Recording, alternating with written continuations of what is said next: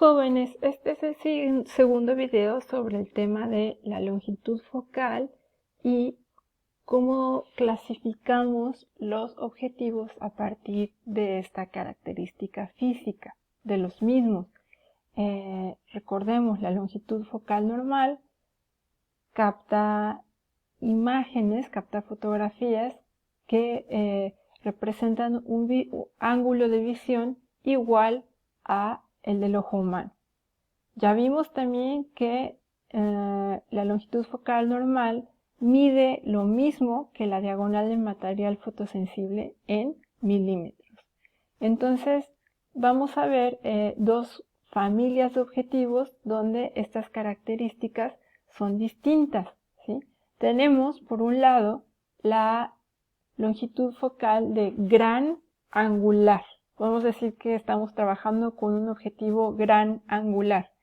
En el objetivo gran angular, esta longitud focal en milímetros es menor a la normal. Es decir, la distancia entre el centro óptico del objetivo y el plano focal es menor a la diagonal, a lo que mida la diagonal del material fotosensible.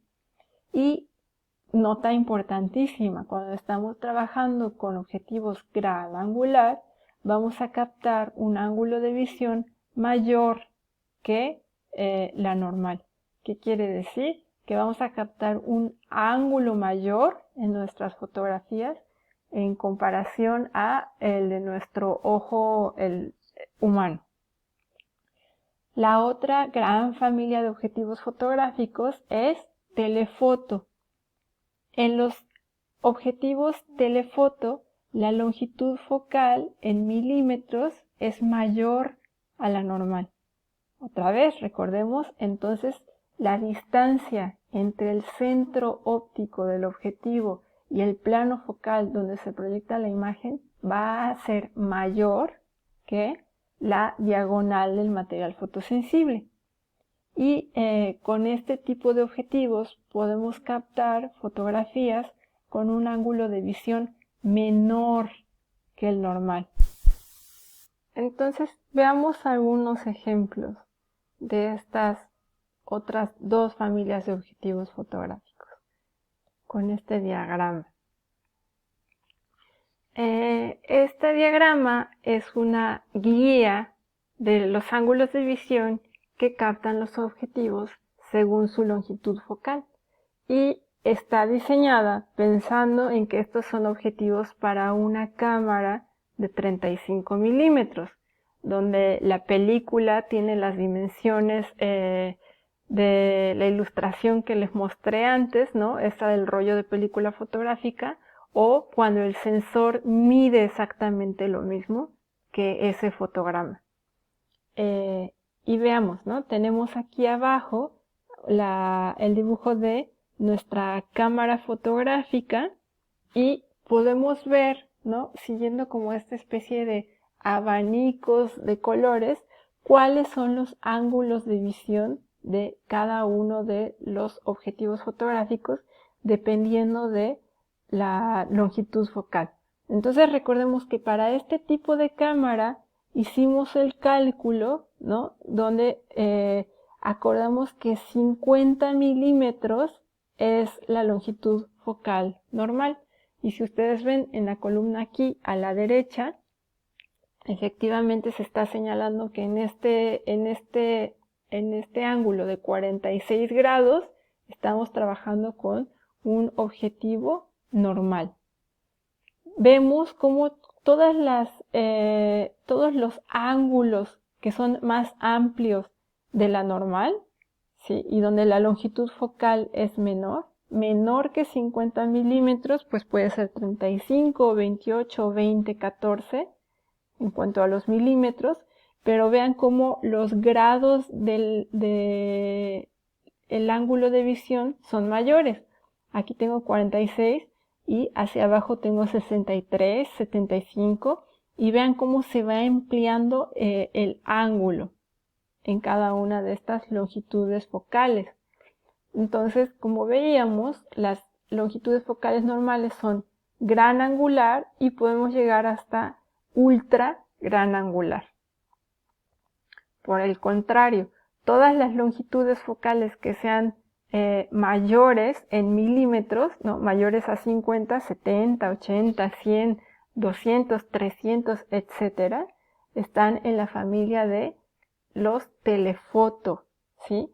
Pero observen entonces cómo también se va reduciendo el ángulo de captación, ¿no? De la imagen. Ahorita vamos a ver unos ejemplos, pero pues este diagrama es como muy ilustrativo para entender cómo la longitud focal del objetivo modifica el aspecto de la fotografía que vamos a lograr dependiendo del ángulo de la visión.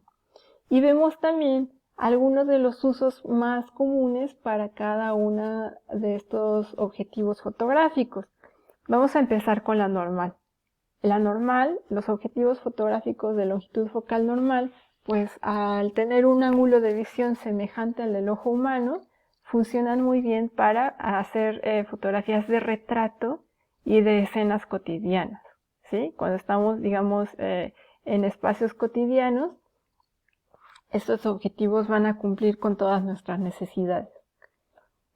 Cuando trabajemos con objetivos gran angular, vamos a ver que los usos comunes de estos son paisajes o retratos grupales, pues porque no estamos retratando una sola persona y necesitamos un ángulo más amplio donde entren, pues no sé, 6, 12 personas. Un ultra gran angular que capta un ángulo muy amplio en la escena nos va a ser muy útil para fotografiar arquitectura y para hacer fotografías de espacios interiores. Por otro lado, en la familia, digamos, opuesta, donde los ángulos cada vez se reducen más, tenemos que los telefotos nos van a ser muy útiles para hacer fotografías de animales silvestres que estén más o menos cercanos y también son muy comunes en la fotografía de deportes, su uso. Y por acá el uso de los objetivos ultra telefotos van a ser muy útiles para fotografiar a sujetos que se encuentran a grandes distancias, como por ejemplo en la fotografía de aves. Vamos a ver unos ejemplos de esto que estamos observando. Aquí hay una retícula de fotografías, ¿no? Donde vamos a pensar que todas estas fotografías fueron realizadas con la cámara en la misma posición y fotografiando la misma escena. Lo único que se modificó aquí fue entonces la longitud focal del objetivo. Vamos a pensar que vamos a identificar la que estaría tomada como una longitud focal normal, que probablemente sería esta de 50 milímetros, aunque, bueno, sí, 50 milímetros. Y todas las longitudes focales menores, que como ustedes ven captan un ángulo más amplio de la escena, ¿no? Hasta llegar a esta de 14 milímetros, donde la montaña se ve entera, son gran angular.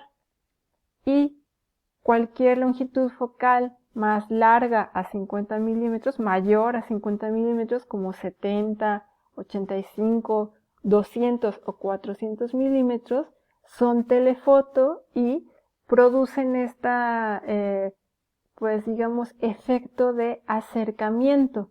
Insisto, la cámara no se ha movido ni un milímetro, está ahí fija en el mismo punto tomando todas las fotografías, pero como el ángulo de captura de la imagen se reduce, parece que hubiera hecho un acercamiento físico, aunque no sea físico, es un acercamiento puramente óptico, ¿sí?